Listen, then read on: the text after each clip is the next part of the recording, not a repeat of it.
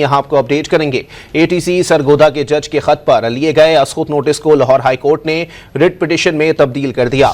Justice شاہد کریم نے دوران سماعت بتایا کہ وہ اس کیس میں پروسیکیوٹر اور عدالتی معاون مقرر کریں گے۔ مزید جانیں گے ڈان نیوز کے نمائندے رانا بلال سے۔ رانا بلال، اپڈیٹ کیجیے گا۔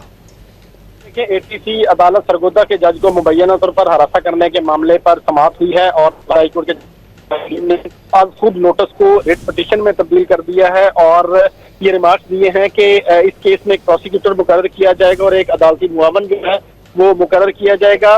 وفاقی حکومت کے وکیل کی جانب سے بتایا گیا کہ اگر ہمیں پتہ چلے کہ کس نے جج کو جو ہے وہ ملنے کی کوشش کی تو ہم اس بارے میں تفتیش کرنے کے لیے تیار ہیں۔ جسٹس شاہد کریم نے ریمارکس دیے کہ عدالت ہدایت جاری کرے گی کہ وزیر اعظم پاکستان آئی ایس آئی اور آئی بی کے حوالے سے ذمہ داری اٹھائیں اور اگر اس کے بعد بھی کچھ ہوا تو ہم براہ راست وزیر اعظم سے اس حوالے سے پوچھیں گے۔ جسٹس شاہد کریم نے یہ بھی ریمارکس دیے کہ آئی جی پنجاب کو ہدایات جاری کی جائیں گی کہ راستے بند کرنے سے قبل جو متعلقہ جج ہیں ان سے مشاورت کی جائے اور آئی جی پنجاب تمام افسران کو یہ پیغام جو ہے وہ پہنچائیں۔ اس حوالے سے ٹھیک ہے، بہت شکریہ رانا بلال اپڈیٹ کرنے کے لیے۔